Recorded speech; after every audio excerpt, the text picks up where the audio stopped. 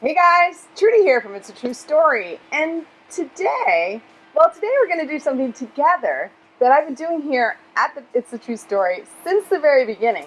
We're going to do some fear facing today. That's right. So you guys know the conceit of my show is I do things for you so you don't have to, but right now we have to do something, and we have to do something together, which is face a very huge collective fear, this whole coronavirus situation, which is a great test of ourselves as individuals and ourselves together. Because here's the deal. There's a lot of fear out there.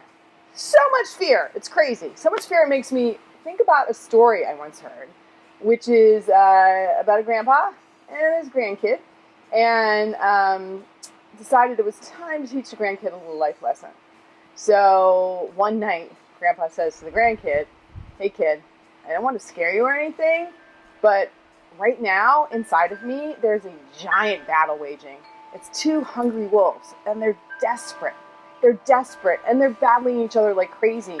And one of them is fear and evil, and the other one is love and truth."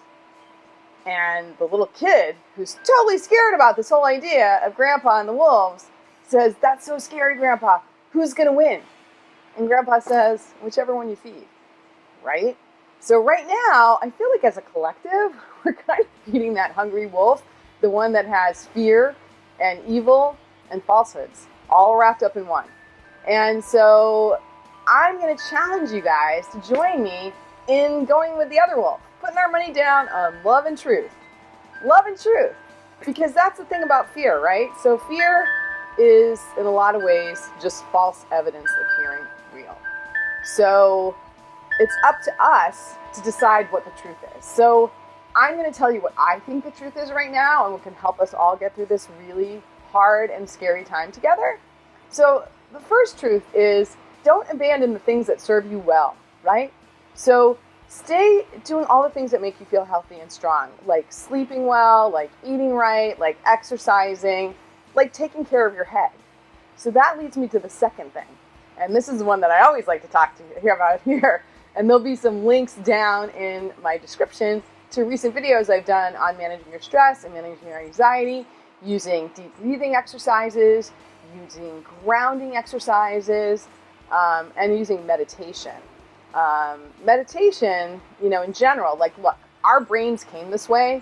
It's wired to keep you safe, right? So your brain, you got this fight, flight, freeze instinct, and that's built in. So that's something actually that's really primal. It's in your amygdala. It's like a really, you just came like that. But that was way back when survival was all about not getting eaten, being prey or predator, and that's all you had. We're not prey or predator. We're not the Walking Dead, even though we kind of are if you really think about it.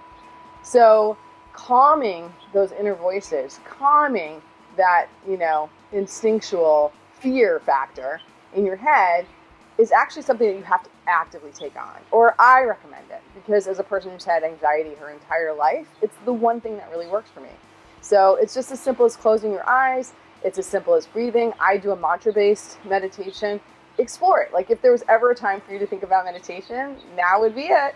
And then the last thing I would tell you is become a truth seeker, right? It's so hard nowadays to feel like you understand or know what's really going on. And some of the jury's out, actually, on the coronavirus. The truth is ever expanding. So my advice, and what I've been doing for me, is trying to shut off the nattering talking heads that are trying to make a political point about it or whatever, and just really focus on what we do know. So right now, what we do know is wash your hands, right? Don't touch your face.